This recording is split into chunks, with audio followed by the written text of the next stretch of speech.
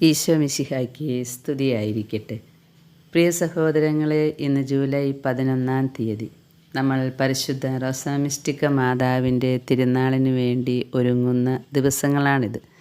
നാളെ കഴിഞ്ഞ് പരിശുദ്ധ അമ്മയുടെ തിരുനാളാണ്. അമ്മ മാതാവ് റോസാമിസ്റ്റിക്കയായി ഫൊണ്ടനിലിയിൽ വന്നത്, മുണ്ടിക്കാരിയിൽ വന്നത് ഒരേ ഒരു ലക്ഷ്യമാണ്: പാപികളുടെ മാനസാന്തരം. അതിനുവേണ്ടി പ്രാർത്ഥിക്കുക, പരിഹാരം ചെയ്യുക, അനുദപിക്കുക. പ്രത്യേകിച്ചും സമർപ്പിത മക്കൾക്കും പുരോഹിതർക്ക് വേണ്ടിയാണ് പരിശുദ്ധ അമ്മ അവിടെ നമ്മോട് യാചിച്ചിട്ടുള്ളത്. പ്രാർത്ഥിക്കുവാനും പരിഹാരം ചെയ്യാനും പശ്ചാത്തപിക്കുവാനും അനുദപിക്കുവാനും. അതാണ് 3 റോസാപുഷ്പങ്ങൾ. ഈ പ്രാർത്ഥന, പരിഹാരം, പശ്ചാത്താപം ഇത് നമ്മുടെ ജീവിതത്തിൽ വരണമെങ്കിൽ ഇതുപോലെയുള്ള വിശുദ്ധ ജീവിതങ്ങളെ കൂട്ടുപിടിക്കാതെ നിർവാഹമില്ല.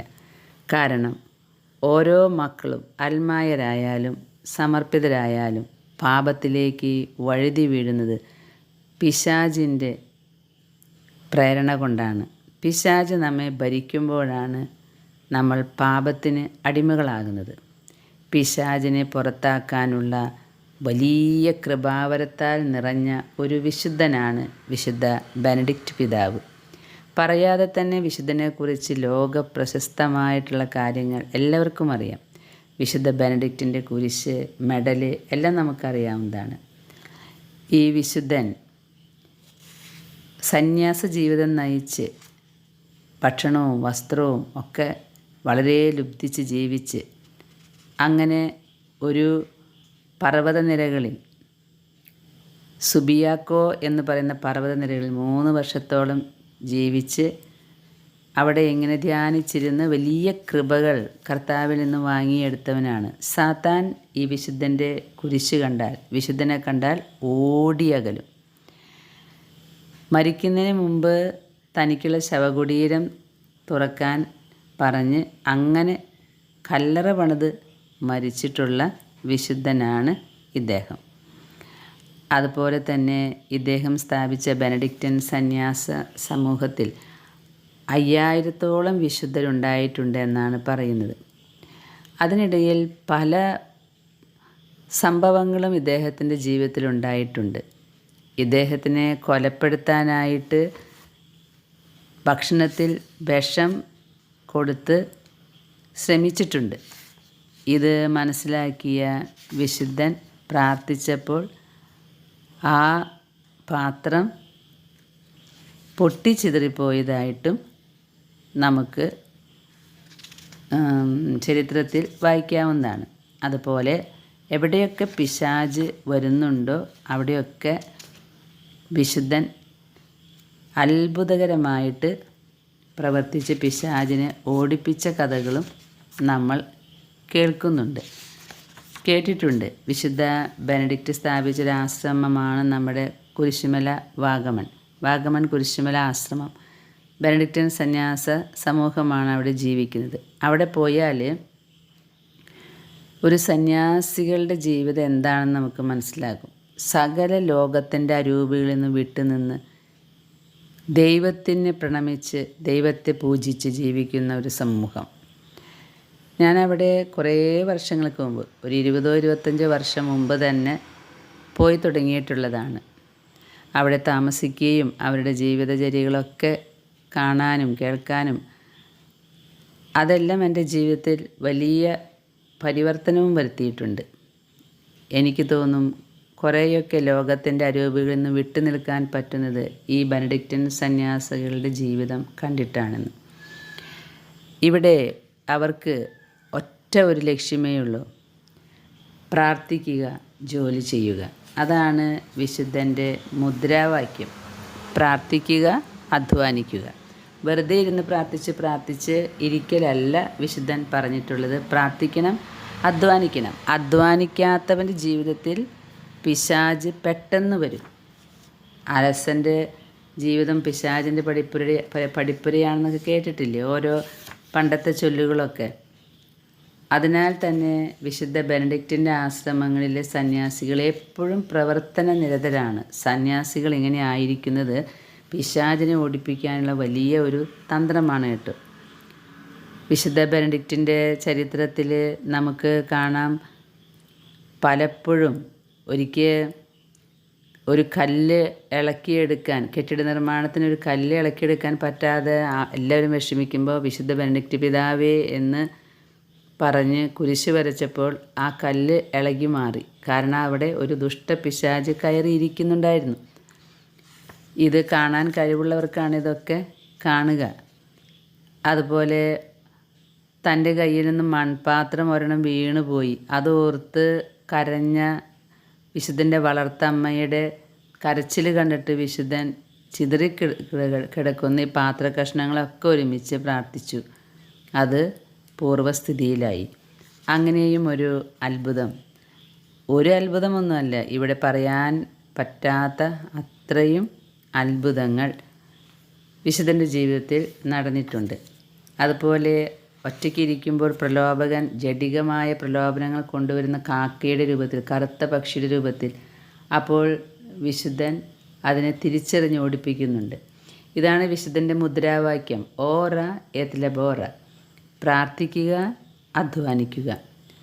പ്രവൃത്തിയില്ലാത്ത വിശ്വാസം നിർജീവമാണെന്ന് പറഞ്ഞതുപോലെ അധ്വാനമില്ലാത്ത പ്രാർത്ഥന, ഞാനിങ്ങനെ അടച്ചിട്ട് കുത്തിയിരുന്ന് പ്രാർത്ഥിക്കുക, വീട്ടിലെ ഒരു കാര്യങ്ങളും എനിക്ക് ചെയ്യാൻ പറ്റില്ല, അല്ലെങ്കിൽ ഒരു സമൂഹ ജീവിതമാണ്, എനിക്ക് എപ്പോഴും പ്രാർത്ഥിക്കണം, ഇവിടുത്തെ ജോലിയൊന്നും എനിക്ക് ചെയ്യാൻ പറ്റില്ല എന്ന പ്രാർത്ഥന ഒരിക്കലും കർത്താവ് ആഗ്രഹിക്കുന്നില്ല, ഇഷ്ടപ്പെടുന്നുമില്ല. അധ്വാനിച്ച് പ്രാർത്ഥിക്കണം എന്നാണ് കർത്താവ് നമ്മളോട് പറഞ്ഞിട്ടുള്ളത്. ഈ വിശുദ്ധ ബെനഡിക്റ്റിൻ്റെ കുരിശും മെഡലും ഒക്കെ വളരെ പ്രസിദ്ധമാണ്. അതുമേ ഓരോ എഴുത്തുകളുണ്ട്. ആ എഴുത്തിന് വലിയ അർത്ഥങ്ങളുമുണ്ട്. ഇതാണ് വിശുദ്ധ ബെനഡിക്റ്റിൻ്റെ കുരിശും മെഡലുമൊക്കെ. ഇത് മെഡലാണ്. ഈ മെഡലിന്മേലുള്ള എഴുത്ത് പിശാച് നീ ഓടിപ്പോവുക എന്ന് അർത്ഥം വരുന്ന വാക്കുകളാണ് അതിൽ എഴുതി വച്ചിട്ടുള്ളത്. ഈ മെഡലും ഈ കുരിശും കണ്ടാൽ പിശാച് ഓടിപ്പോകും. പിശാച് നീ എൻ്റെ പിന്നിൽ പോവുക, മായായ സംഗതികളിൽ എന്നെ നീ പരീക്ഷിക്കരുത്, നീ എനിക്ക് വാഗ്ദാനം ചെയ്യുന്നവ തിന്മയാണ്, നിൻ്റെ വിഷം നീ തന്നെ കുടിക്കുക. ഇതാണ് ഈ എഴുത്തിൻ്റെ അർത്ഥം. വിശുദ്ധ ബെനഡിക്റ്റിൻ്റെ കുരിശിന് മുകളിലായിട്ട് സഭയുടെ മുദ്രാവാക്യമായിട്ടുള്ള പാക്സ് ഉണ്ട്, സമാധാനം എന്ന ഒരു വാക്കും നമുക്ക് കാണാം. പ്രിയ സഹോദരങ്ങളെ, ഇതിനെക്കുറിച്ച് കൂടുതലായിട്ട് പറയണമെങ്കിൽ വളരെയേറെ സമയമെടുക്കും. വിശുദ്ധ ബെനഡിക്റ്റിൻ്റെ ജീവിതം നമ്മുടെ ജീവിതത്തിൽ നിന്ന് ഒരിക്കലും മാറ്റി നിർത്താൻ കഴിയാത്ത ഒരു ജീവിതമാണ് കേട്ടോ. കാരണം എപ്പോഴും വിശുദ്ധ ബെനഡിക്റ്റിനെ വിളിച്ച് പ്രാർത്ഥിക്കണം. സാത്താനെ ഓടിപ്പിക്കുന്ന ഒരു വലിയ വിശുദ്ധനാണ് വിശുദ്ധ ബെനഡിക്റ്റ് പിതാവ്. വർഷങ്ങൾക്ക് മുൻപ് തന്നെ ഞാൻ ഈ വിശുദ്ധൻ്റെ പ്രാർത്ഥനകൾ സ്ഥിരമായിട്ട് ചൊല്ലാറുണ്ട്. അപ്പോഴും ഞാൻ വിശ്വസിക്കുകയാണ്, ഒരു പരിധിവരെ ജീവിതത്തിനോടുള്ള വിരക്തിയും മരണം എനിക്ക് ഏറ്റവും സന്തോഷമായിട്ട് തോന്നുന്നതും ഒക്കെ ഈ വിശുദ്ധൻ എനിക്ക് വേണ്ടി പ്രവർത്തിക്കുന്നത് കൊണ്ടും മാധ്യസ്ഥം വഹിക്കുന്നത് കൊണ്ടുമാണ് എന്നാണ് ഞാൻ വിശ്വസിക്കാറ്. എന്നും ഞാൻ ഉപയോഗിക്കുന്നൊരു പ്രാർത്ഥനയാണ് വിശുദ്ധ ബെനഡിക്റ്റിൻ്റെ പ്രാർത്ഥന. അതിന് സമയം കിട്ടിയില്ലെങ്കിൽ ഈ പുസ്തകമെടുത്ത് ഒന്ന് സംസാരിച്ച് ഒന്ന് ചുംബിച്ചിട്ടേ ഞാൻ രാവിലത്തെ എല്ലാ കാര്യങ്ങളും ചെയ്യാറുള്ളൂ. അതിനൊരിക്കലും മുടക്കം വരുത്തിയിട്ടില്ല. അത്രയ്ക്ക് ശക്തിമത്തായിട്ടുള്ളൊരു മാധ്യസ്ഥമാണ് വിശുദ്ധ ബെനഡിക്റ്റ് പിതാവിൻ്റെ. ഈ ദിവസങ്ങളിൽ നമ്മൾ പരിശുദ്ധ റോസാ മിസ്റ്റിക്ക മാതാവിൻ്റെ ഒരുക്ക പ്രാർത്ഥനകളിലൂടെ കടന്നു പോകുമ്പോൾ അനുതാപം വരണമെങ്കിൽ, പ്രാർത്ഥിക്കണമെങ്കിൽ, പരിഹാരം ചെയ്യാനായിട്ടുള്ള കൃപ കിട്ടണമെങ്കിൽ സാത്താൻ്റെ പിടിയിൽ നിന്ന് നമുക്ക് വിടുതൽ കിട്ടണം. അതിന് ഈ വിശുദ്ധൻ്റെ മാധ്യസ്ഥം ചോദിച്ച് പ്രാർത്ഥിക്കുക തന്നെയാണ് വേണ്ടത്. കാരണം ലോകത്തിൻ്റെ അരൂപികളെ വേണ്ട എന്ന് പറഞ്ഞ് ത്യാഗത്തിൻ്റെ, പരിഹാരത്തിൻ്റെ, പ്രാർത്ഥനയുടെ ഒരു വലിയ മാതൃക കാണിച്ചു തന്നിട്ടുള്ള വിശുദ്ധനാണ് വിശുദ്ധ ബെനഡിക്റ്റ് പിതാവ്. ഞാനൊരിക്കൽ തിരൂര് കോലഴി ഭാഗത്ത് പോയപ്പോൾ അവിടെ വിശുദ്ധ ബെനഡിക്റ്റ് പിതാവിൻ്റെ നാമത്തിലൊരു പള്ളിയുണ്ടെന്നറിഞ്ഞ് ഞാൻ അവിടെ പോയിരുന്നു. വളരെ നല്ല ഒരു ദേവാലയം. അവിടെ വിശുദ്ധ ബെനഡിക്റ്റിൻ്റെ ജീവചരിത്രം ഇങ്ങനെ കൊത്തിവെച്ചിട്ടുണ്ട്. പ്രിയ കൂട്ടുകാരെ, ഇന്ന് നമുക്ക് വിശുദ്ധ ബെനഡിക്റ്റിനോടുള്ള ജപം ചൊല്ലാം. ഓ വിശുദ്ധ പിതാവേ, വരപ്രസാദത്തിലും നാമത്തിലും ദൈവത്താൽ അനുഗ്രഹിക്കപ്പെട്ടവനെ, കൈകൾ സ്വർഗത്തിലേക്ക് ഉയർത്തി പ്രാർത്ഥനയിൽ ലയിച്ചിരിക്കെ പാവനമായ ആത്മാവിനെ സൃഷ്ടാവിനെ ഏൽപ്പിച്ചു കൊടുത്തവനെ, അങ്ങയുടെ മഹത്വപൂർണമായ മരണത്തെയും സ്വർഗഭാഗ്യത്തെയും അങ്ങയെ അനുസ്മരിപ്പിക്കുന്നവരെ മരണസമയത്തെ ഭയങ്കരമായ പോരാട്ടത്തിൽ ശത്രുവിൻ്റെ കെണിയിൽ വീഴാതെ രക്ഷിക്കുമെന്ന് ഏറ്റവും ഉറപ്പായി വാഗ്ദാനം ചെയ്തിരിക്കുന്നവനെ, ഞാൻ നമ്മുടെ കർത്താവിൻ്റെയും അങ്ങയുടെയും സകല വിശുദ്ധന്മാരുടെയും ഗണത്തിൽ നിന്ന് മാറ്റപ്പെടാതിരിക്കാൻ വേണ്ടി ഇന്നും എന്നും എന്നെ രക്ഷിക്കണമെന്ന് മഹത്വപൂർണനായ പിതാവേ, ഞാൻ അങ്ങയോട് അപേക്ഷിക്കുന്നു. ആമേൻ. ഇതാണ് വിശുദ്ധ ബെനഡിക്റ്റിനോടുള്ള ജപം. അതുപോലെ വിശുദ്ധ ബെനഡിക്റ്റിൻ്റെ കാശിരൂപം ധരിച്ച് നടക്കുക എന്നുള്ളത് വലിയൊരു പ്രൊട്ടക്ഷനാണ്. ഇത് ഞങ്ങൾ കണ്ട തിരൂര് ഉള്ള ഒരു പള്ളിയാണ് സെൻറ്റ് ബെനഡിക്റ്റിൻ്റെ നാമത്തിലൊരു പള്ളി. അവിടെ വിശുദ്ധ ബെനഡിക്റ്റ് പുണ്യവാൻ്റെ ജീവചരിത്രം വളരെ ഭംഗിയായിട്ട് കാണിക്കാനായി നമുക്ക് അവരവിടെ ചിത്രീകരിച്ച് വെച്ചിട്ടുണ്ട്. ഞാനിങ്ങനെ ആദ്യമായിട്ടാണിത് ആ സമയത്ത് കേൾക്കുന്നത്, ഇങ്ങനെ ഒരു ദേവാലയം വിശുദ്ധ ബെനഡിക്റ്റിൻ്റെ. അപ്പോൾ ഞങ്ങൾക്ക് സന്തോഷമായി. കാരണം ഇവിടെ വന്ന് പ്രാർത്ഥിച്ചാൽ പല തടസ്സങ്ങളും മാറും. ഞങ്ങളന്ന് വന്നപ്പോൾ ഞങ്ങൾ പ്രാർത്ഥിച്ച കാര്യങ്ങളൊക്കെ ഏകദേശം നടന്നു കഴിഞ്ഞു എന്ന് പറയാം. എനിക്കല്ല, ഈ കൂടെ വന്ന മകനും അവനൊരു നിയോഗം ഉണ്ടായിരുന്നു. ഞാൻ അവനോട് പറഞ്ഞു, നീ ബെനഡിക്റ്റ് പിതാവിനോട് പ്രാർത്ഥിക്ക്, എല്ലാ പൈശാചിക ശക്തികളെയും നിർവീര്യമാക്കുന്ന ഒരു വിശുദ്ധനാണ് വിശുദ്ധ ബെനഡിക്റ്റ്. നമ്മുടെ ജീവിതത്തിൽ എന്തിനെങ്കിലുമൊക്കെ തടസ്സങ്ങളുണ്ടാകുന്നുണ്ടെങ്കിൽ വിശുദ്ധ ബെനഡിക്റ്റ് പിതാവിൻ്റെ അടുത്ത് മാധ്യസ്ഥം ചോദിച്ചാൽ അത് പെട്ടെന്ന് നടക്കും. കാരണം ഏത് തടസ്സങ്ങളും, നന്മയ്ക്കുള്ള ഏത് തടസ്സങ്ങളും ഉണ്ടാക്കുന്നത് സാത്താനാണല്ലോ. നമുക്കാണെങ്കിലോ ഇത് സാത്താനാണെന്ന് തിരിച്ചറിയുകയുമില്ല. അപ്പോൾ നമ്മളൊക്കെ ഓരോ വിശുദ്ധന്മാരുടെ മാധ്യസ്ഥം ചോദിച്ച് പ്രാർത്ഥിക്കുമ്പോൾ ഉണ്ടാകുന്നത് ഇത്രയേ ഉള്ളൂ. നമ്മൾ തിരിച്ചറിയാത്ത സാത്താന് അവരവിടെ ഇരുന്ന് തിരിച്ചറിയുന്നുണ്ട്. നമ്മൾ വിശുദ്ധന്മാരെ മാധ്യസ്ഥം വിളിച്ച് പ്രാർത്ഥിക്കുമ്പോൾ അവർ നമുക്ക് വേണ്ടി വന്ന് ഈ പിശാചിൻ്റെ ശക്തികളെ ഓടിപ്പിക്കും. അങ്ങനെയാണ് നമ്മുടെ പല തടസ്സങ്ങളും മാറിക്കിട്ടുന്നത്. അല്ലാതെ വിശുദ്ധന്മാരെ ആരാധിക്കുകയോ വിഗ്രഹങ്ങളായിട്ട് വെച്ച് പൂജിക്കുകയോ അല്ല ചെയ്യുന്നത്. സ്വർഗപിതാവ് സൃഷ്ടിച്ച ജീവിതങ്ങളാണ്. അവർക്ക് പ്രത്യേക വരങ്ങൾ കൊടുത്തിട്ടുണ്ട്. അത് അവർ വെറുതെ നേടിയെടുത്തതല്ല. അവർ ജീവിതത്തിൻ്റെ അടിച്ചു പൊളിക്കുന്ന അവസ്ഥയൊന്നും വേണ്ട എന്ന് വെച്ച് സന്യാസ ജീവിതം തിരഞ്ഞെടുക്കുമ്പോൾ ഗുഹകളിലും പർവ്വതങ്ങളിലും ഒറ്റയ്ക്ക് പോയിരുന്ന് ദൈവത്തെ ധ്യാനിക്കുമ്പോൾ ദൈവം അവരിൽ പ്രസാദിച്ചിട്ട് കൊടുക്കുന്ന വരങ്ങളാണ് ഇത്.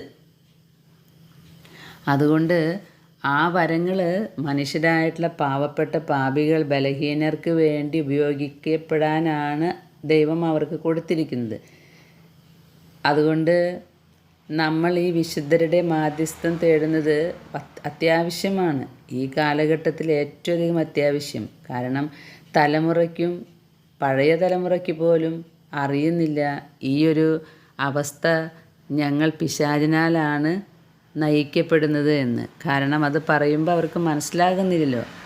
അവരെല്ലാ കാര്യങ്ങൾക്കും ചോദിക്കും, എന്ത് പിശാച്? ഇതൊക്കെ ഇപ്പോഴത്തെ ട്രെൻഡല്ലേ. അതിനാണ് ഇങ്ങനത്തെ വിശുദ്ധരുടെ മാധ്യസ്ഥം നമ്മൾ തേടേണ്ടത്.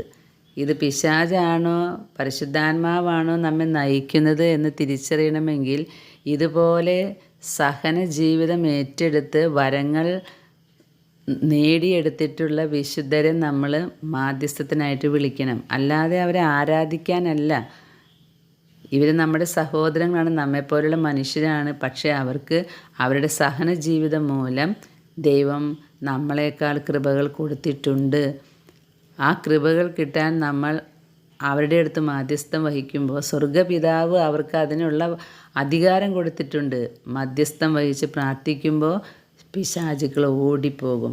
വിശുദ്ധ ബെനഡിക്റ്റിൻ്റെ കുരിശ് ധരിക്കുമ്പോൾ ചൊല്ലേണ്ട പ്രാർത്ഥനയാണ്: വിശുദ്ധിയുടെ നിറകുടമായ ബെനഡിക്റ്റ് പിതാവേ, അവിടുത്തെ സംരക്ഷണത്തിനായി ഞാൻ എന്നെ പൂർണ്ണമായും വിനയപൂർവ്വം സമർപ്പിക്കുന്നു. എൻ്റെ ആത്മാവിനും ശരീരത്തിനും ഉണ്ടാകാവുന്ന എല്ലാവിധ അപകടങ്ങളിൽ നിന്നും, ദുഷ്ടാരൂപികളുടെ കെണികളിൽ നിന്നും, എല്ലാതരം പകർച്ചവ്യാധികളിൽ നിന്നും എന്നെ കാത്തുരക്ഷിച്ച് മരണനേരത്ത് സന്തോഷത്തോടെ എൻ്റെ ആത്മാവിനെ ദൈവകരങ്ങളിൽ സമർപ്പിക്കുവാൻ എന്നെ സഹായിക്കണമേ. ആമേൻ. വിശുദ്ധ ബെനഡിക്റ്റ് പിതാവിൻ്റെ അടുത്ത് വന്നാൽ തടസ്സങ്ങളൊക്കെ മാറും. ഈ മകൻ്റെ ഒരു തടസ്സം മാറിയിട്ടുണ്ട്. അതുപോലെ ഞാൻ വന്നിരിക്കുന്നത് തന്നെ ഈ ദേവാലയം എൻ്റെ ഫ്രണ്ടിൻ്റെ പ്രാർത്ഥനയിൽ വന്നിരുന്ന ഷീലയുടെ ഇടവകയോട് ബന്ധപ്പെട്ടാണ് ഇത് കിടക്കുന്നത്. ആ മകൾക്കും വലിയ ഒരു ഇടപെടലാണ് ദൈവം കാണിച്ചു കൊടുത്തിട്ടുള്ളത്. നിങ്ങൾക്ക് ഞാൻ മുൻപ് പരിചയപ്പെടുത്തിയിട്ടുണ്ട്. വലിയ ഒരു അണു ലിവറിലേക്ക് കയറി, ഹാർട്ടിൽ കയറിയിട്ട് മരണം കണ്ട വ്യക്തിയാണ്.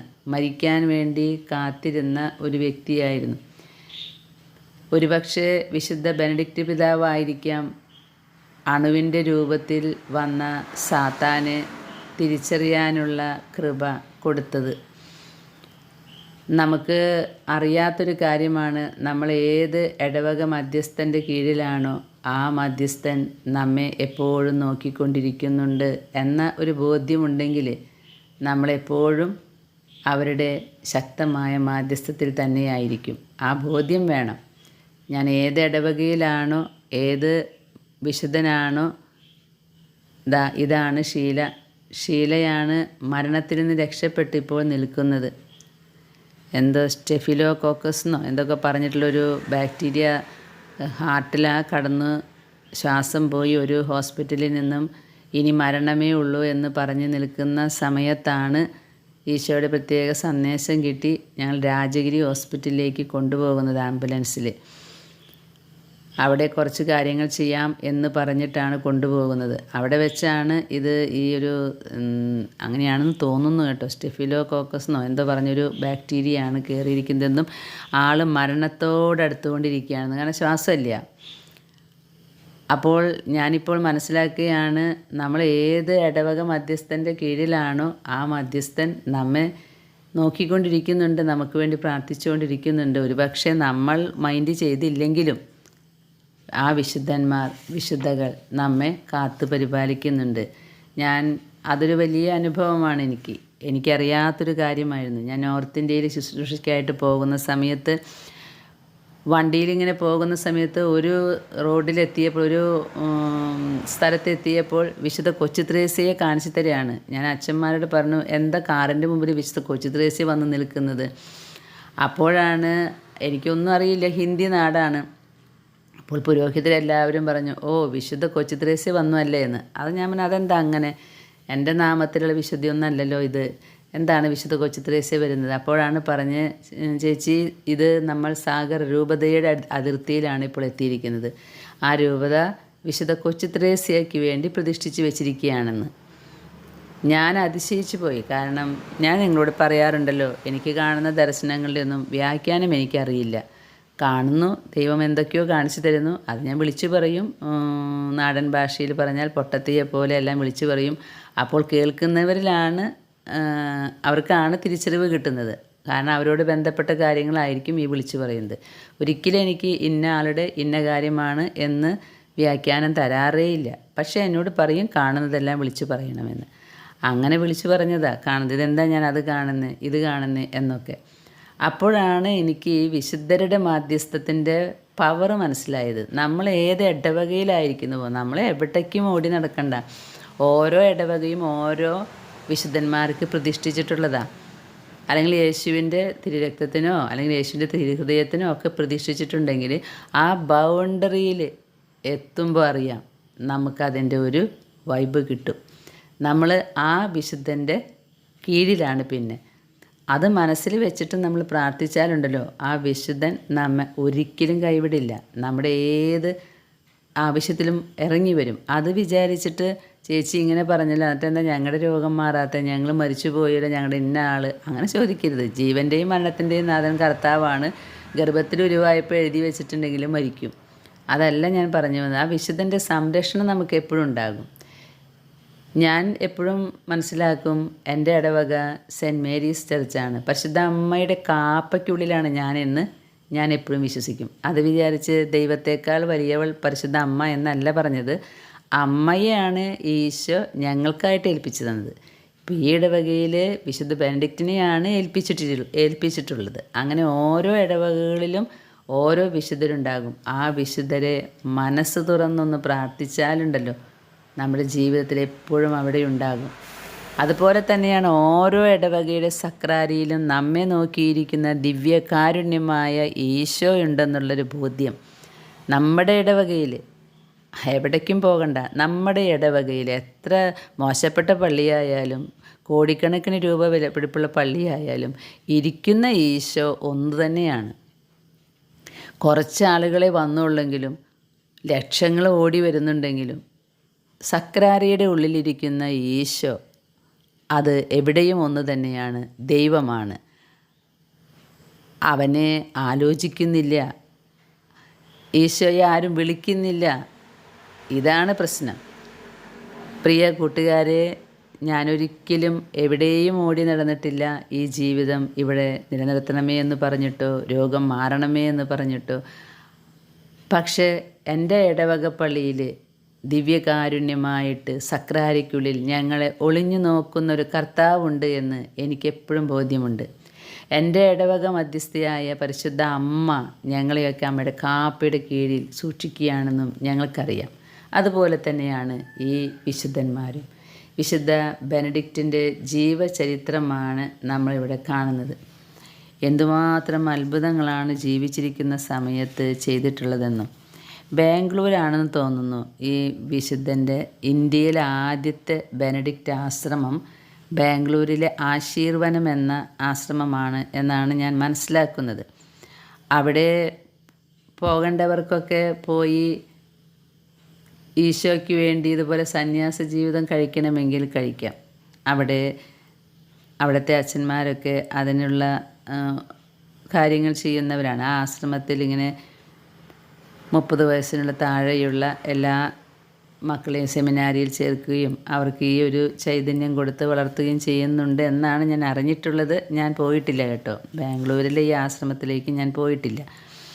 പ്രിയ സഹോദരങ്ങളെ, നമുക്ക് വിശുദ്ധ ബെനഡിക്റ്റ് പിതാവിനെ ഇന്ന് ഓർക്കാം. വിഷം കലർത്തിയ വീഞ്ഞ് കൊടുത്ത് കൊല്ലാൻ നോക്കുമ്പോൾ വിശുദ്ധൻ പ്രാർത്ഥിച്ചിട്ട് ആ വീഞ്ഞ് കാസപ്പിളർന്ന് വീഞ്ഞ് ഒഴുകിപ്പോകുന്നതാണ് ഈ കാണിക്കുന്നത്. അങ്ങനെ പിശാച് ബാധിതനെ സുഖപ്പെടുത്തുന്നത്, അങ്ങനെ ജീവിതത്തിലുണ്ടായിട്ടുള്ള ഓരോ കാര്യങ്ങളും ഈ ദേവാലയത്തിൽ ഇങ്ങനെ ചിത്രീകരിച്ച് വെച്ചിട്ടുണ്ട്. നിങ്ങൾക്ക് വല്ലപ്പോഴും ഒഴിവുള്ളപ്പോൾ ഇവിടെയൊക്കെ തൃശ്ശൂർക്കാർക്ക് പോകാം. തിരൂരല്ലേ, അത്ര അകലെയൊന്നുമല്ല.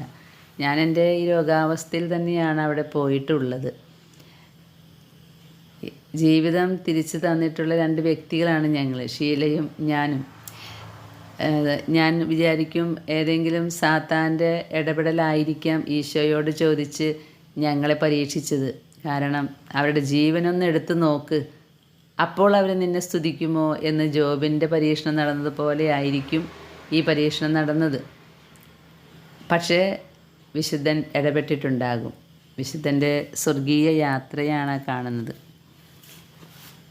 സ്വന്തം ശവക്കല്ലറ ഉണ്ടാക്കാൻ പറഞ്ഞ് അതിൽ സംസ്കരിച്ച വിശുദ്ധനാണിത്. 6 ദിവസം മുമ്പ് തനിക്കുള്ള ശവകുടീരം ഉണ്ടാക്കാൻ പറഞ്ഞത്രേ. അത് കഴിഞ്ഞ വശം പനി തുടങ്ങി. അങ്ങനെ 6-ാം ദിവസം ആണ് അദ്ദേഹം മരിക്കുന്നത്. പ്രിയ കൂട്ടുകാരെ, വിശുദ്ധ ബെനഡിക്റ്റ് പിതാവിൻ്റെ ചരിത്രം വായിച്ചാൽ വളരെ നല്ലതാണ് കേട്ടോ. ഇത്രയൊക്കെ കാര്യങ്ങളുണ്ടായിട്ടും ആ ആശ്രമത്തിലും പിശാച് കയറിയെന്നാണ് നമ്മൾ കാണേണ്ടത്. കാരണം ഈ നിയമമൊക്കെ കഠിനമാണ് എന്ന് പറഞ്ഞ് അവിടെ കുറച്ച് പ്രശ്നമൊക്കെ ഉണ്ടായി.